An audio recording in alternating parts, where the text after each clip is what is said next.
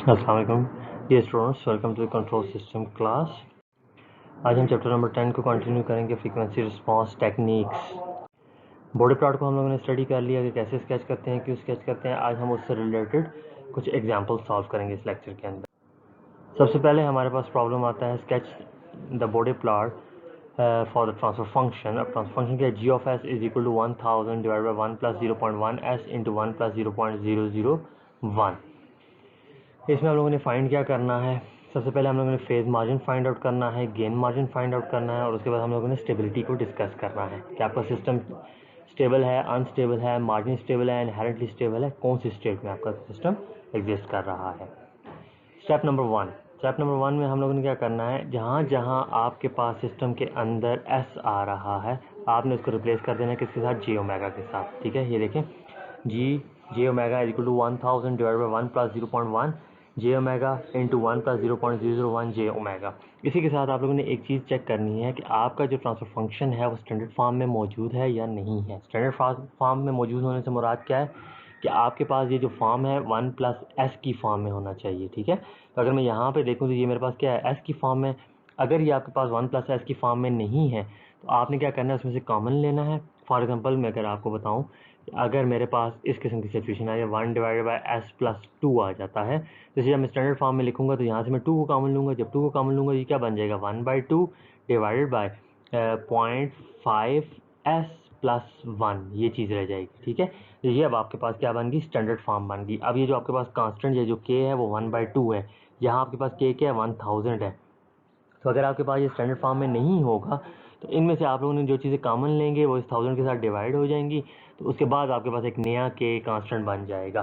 तो आपने इसे स्टैंडर्ड फॉर्म में सबसे पहले कन्वर्ट करना है, फिर आपने इसे पुट कर देना है जहाँ जहाँ आपके पास जे एस है उसे आपने रिप्लेस कर देना है किसके साथ, जे ओमेगा के साथ। ठीक है, अब अगर मैं सिस्टम को देखूँ तो ये सिस्टम आपके पास क्या है, टाइप 0 सिस्टम है। तो अब टाइप 0 सिस्टम का इनिशियल स्लोप क्या होता है, वो 0 dB पर डेकेड के साथ आगे कंटिन्यू करेगा। अब हम फाइंड आउट करते हैं कि आपके बॉडी प्लॉट का स्टार्टिंग पॉइंट कहाँ से होगा। स्टार्टिंग पॉइंट के लिए आपने क्या पहले मैग्नीट्यूड फाइंड आउट करना है किसका, कांस्टेंट का। 20 log ऑफ बेस 10 के is equal to 20 log of base 10 1000, जो कि आपके पास आता है 60 dB। वाई एक्सिस के ऊपर जो आपके पास लॉगरिथमिक ग्राफ पेपर होगा वहाँ पे ये 20 dB 40 dB ये 60 dB। तो इसका मतलब है जो आपका कांस्टेंट है वो आपको बताएगा कि आपका स्टार्टिंग पॉइंट वाई एक्सिस पे कौन सा होगा। तो वाई एक्सिस पे आपका स्टार्टिंग पॉइंट यहाँ पे क्या है, 60 dB। ठीक है, तो 60 dB से आपका जो बॉडी प्लॉट है वो स्टार्ट होगा वाई एक्सिस पे। सेकेंड स्टेप में आप लोगों ने क्या करना है, सिस्टम की कॉर्नर फ्रिक्वेंसीज निकालनी है। अब क्योंकि आपके पास दो पोल्स हैं तो आपके पास कितनी कॉर्नर फ्रिक्वेंसीज आएंगी, दो कॉर्नर फ्रिक्वेंसीज आएंगी। अगर आपके पास दो पोल और एक जीरो होता तो आपके पास तीन कॉर्नर फ्रिक्वेंसीज आएंगी। जितने आपके पास नंबर ऑफ पोल्स और जितने आपके पास नंबर ऑफ जीरोज होंगे उतनी ही आपके पास कॉर्नर फ्रिक्वेंसीज आएंगी।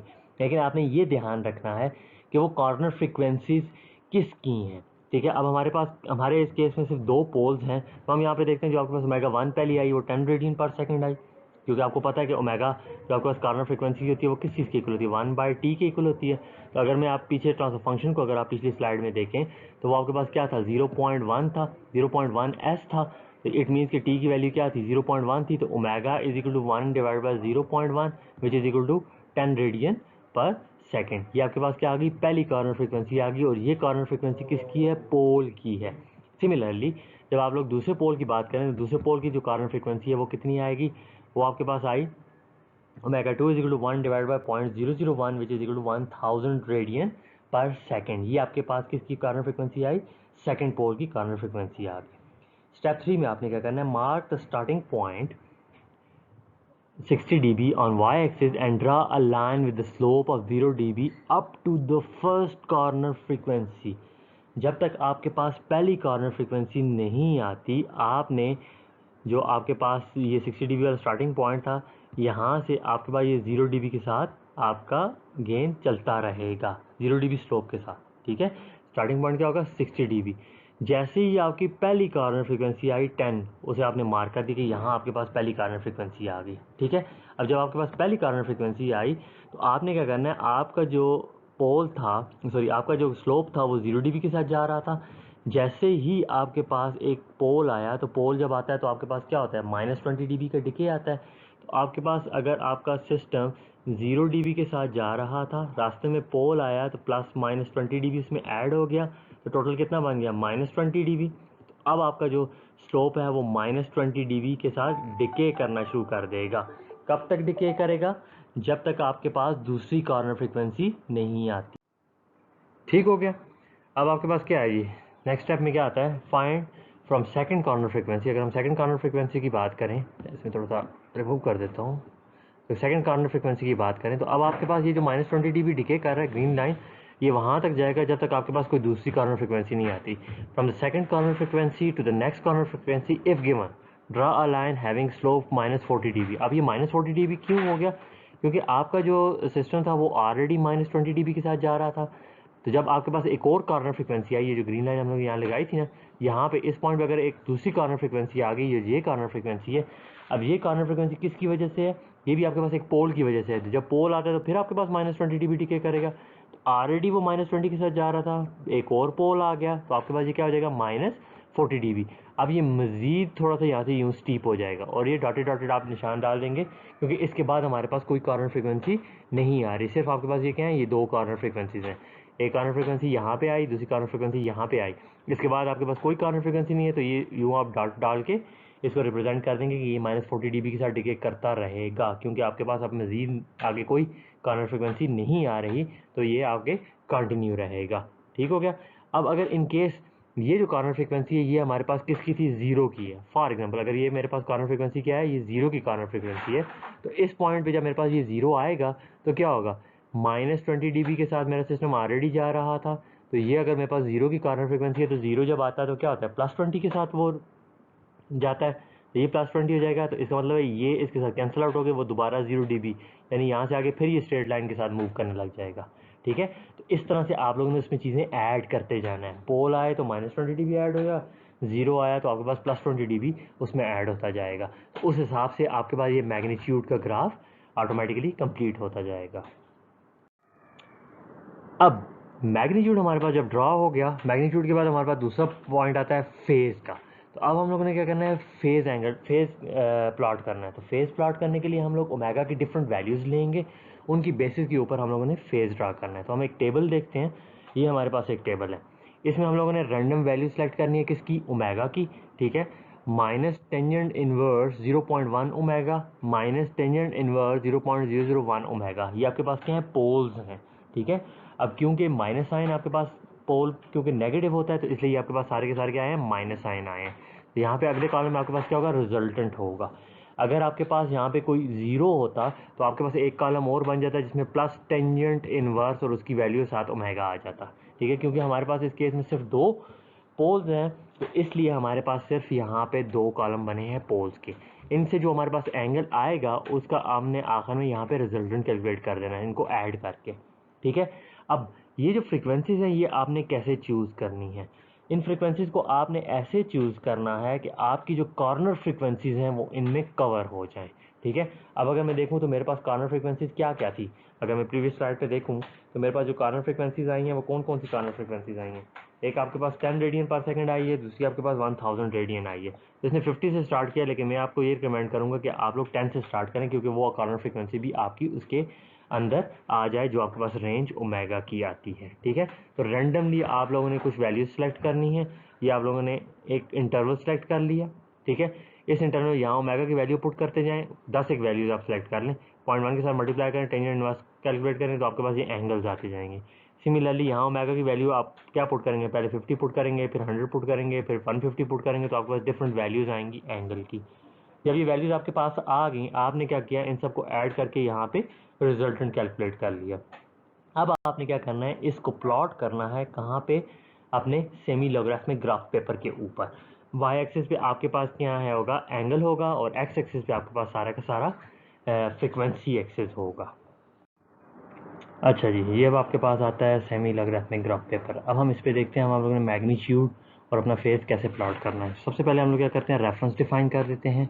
ये आपके पास बेसिकली रेफरेंस डिफाइन किया हुआ है। रेफरेंस से मुराद क्या है कि आपके पास 20 dB का स्लोप कितना होगा, आपके पास 40 dB का स्लोप कितना होगा, और आपके पास 60 dB का स्लोप कितना होगा।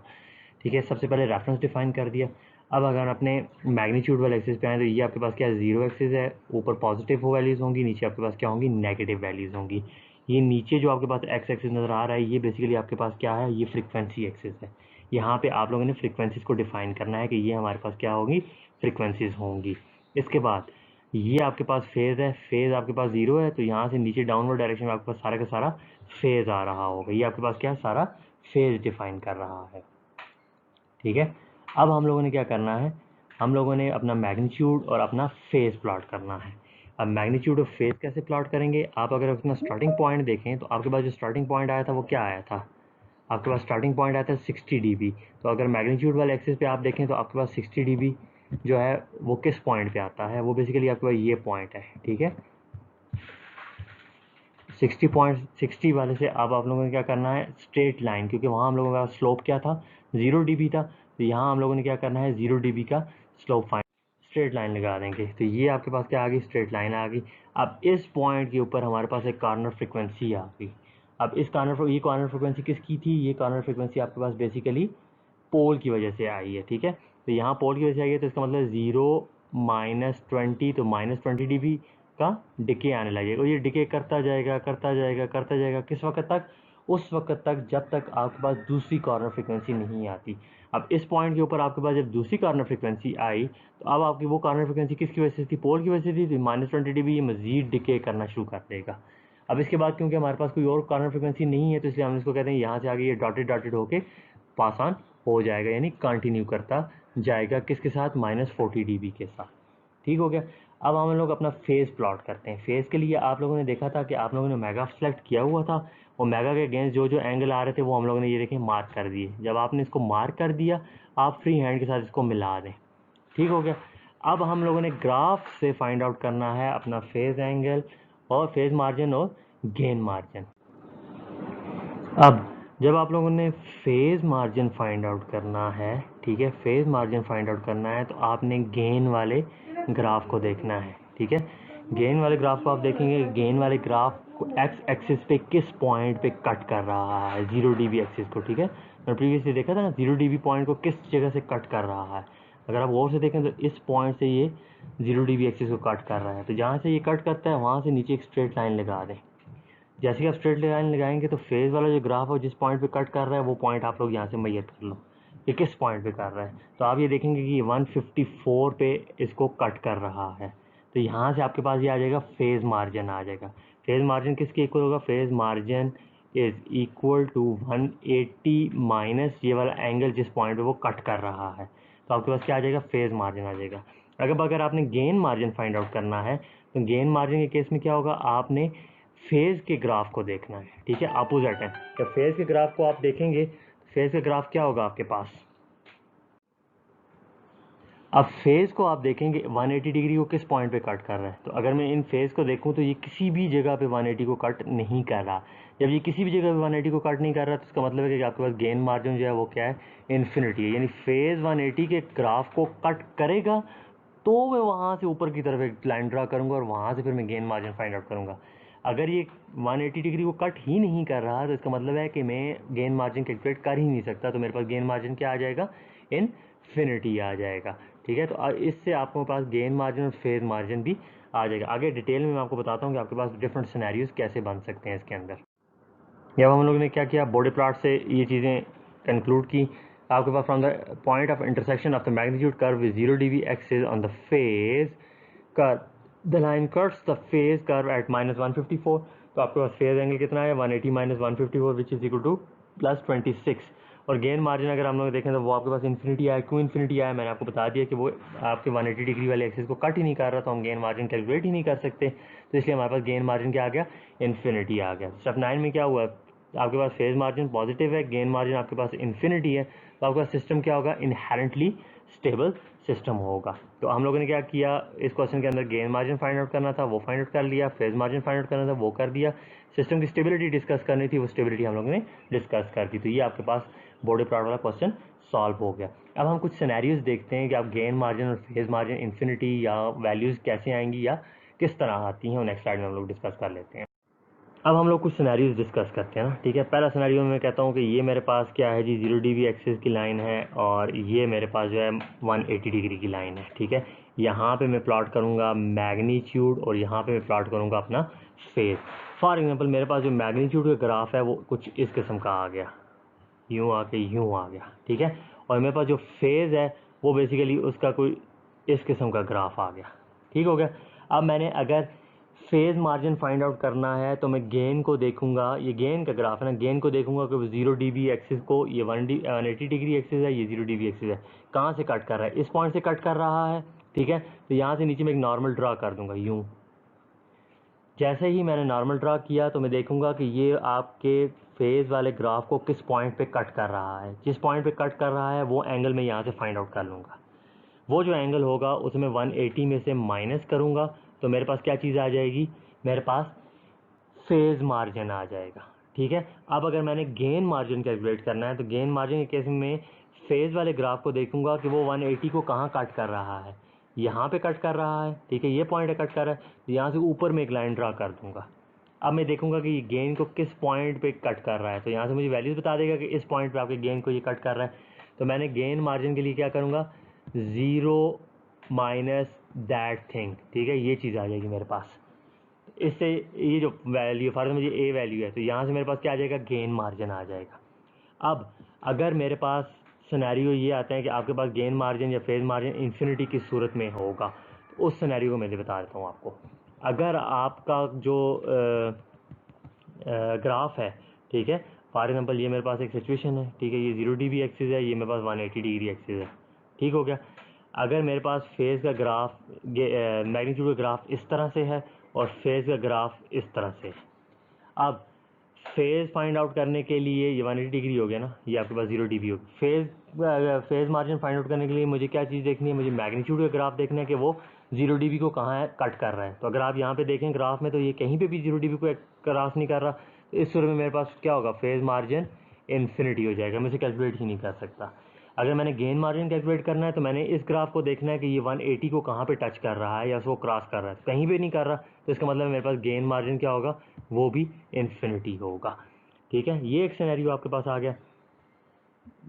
दूसरे सिनेरियो में आपके पास क्या होगा, फेज़ मार्जिन गेन मार्जिन की दोनों की कोई ना कोई वैल्यूज़ मौजूद होंगी, ठीक है। वो वैल्यूज़ क्या होंगी, फॉर एग्जाम्पल मेरे पास मैग्नीट्यूड ये है, मेरे पास फेज़ का एंगल ये आ गया। अब इस सूरत में अगर मैं देखूँ तो मेरे पास फेज़ मार्जिन इन्फिनिटी होगा, लेकिन गेन मार्जिन के लिए मैं इस पॉइंट से ऊपर यहाँ लाइन लगा सकता हूँ ना, तो ये जो पॉइंट होगा इसकी वैल्यूज़ मुझे यहाँ से मिल जाएंगी, ठीक है। तो ये मेरे पास आएगा 0 माइनस दैट वैल्यू ए, तो यहाँ से मेरे पास क्या आ जाएगा, गेन मार्जिन आ जाएगा, ठीक है। एक और सिनेरियो देखते हैं। उस सिनेरियो में क्या होगा जी, आपके पास जो ये है मैग्नीट्यूड है, ये इसको कट कर रहा है लेकिन फेज इसको कट नहीं कर रहा। तो उस सूरत में क्या होगा कि आपके पास यहाँ से आपने नॉर्मल ड्रा करनी है, तो यहाँ पे जो फेज़ आपके पास आएगा उसे आपने 180 में से माइनस कर देना, तो आपके पास क्या आ जाएगा, फेज़ मार्जिन आ जाएगा। लेकिन यहाँ पे आपके पास क्या है, ये 180 को किसी लाइन पे टच नहीं कर रहा, तो मैं इसका गेन मार्जिन कैलकुलेट नहीं कर सकता। तो ये आपके पास डिफरेंट सिनेरियोज आएंगे कि कब आपके पास गेन मार्जिन इन्फिनिटी होगा या फेज़ मार्जिन आपके पास इन्फिनिटी या कोई वैल्यूज़ उसकी आपके पास आएंगी, ठीक है। इससे मेरे रिलेटेड कुछ एग्जांपल्स आप करेंगे तो आपकी प्रैक्टिस हो जाएगी, आपको आइडिया हो जाएगा कैसे आप लोगों ने गेन मार्जिन या फेज़ मार्जिन किसी भी सिस्टम का कैलकुलेट करना है। ये था आपका आज का लेक्चर। स्टिल अगर कोई क्वेश्चन आंसर हुए तो हम लोग ऑनलाइन सेशन में इसको डिस्कस कर लेंगे। Thank you very much.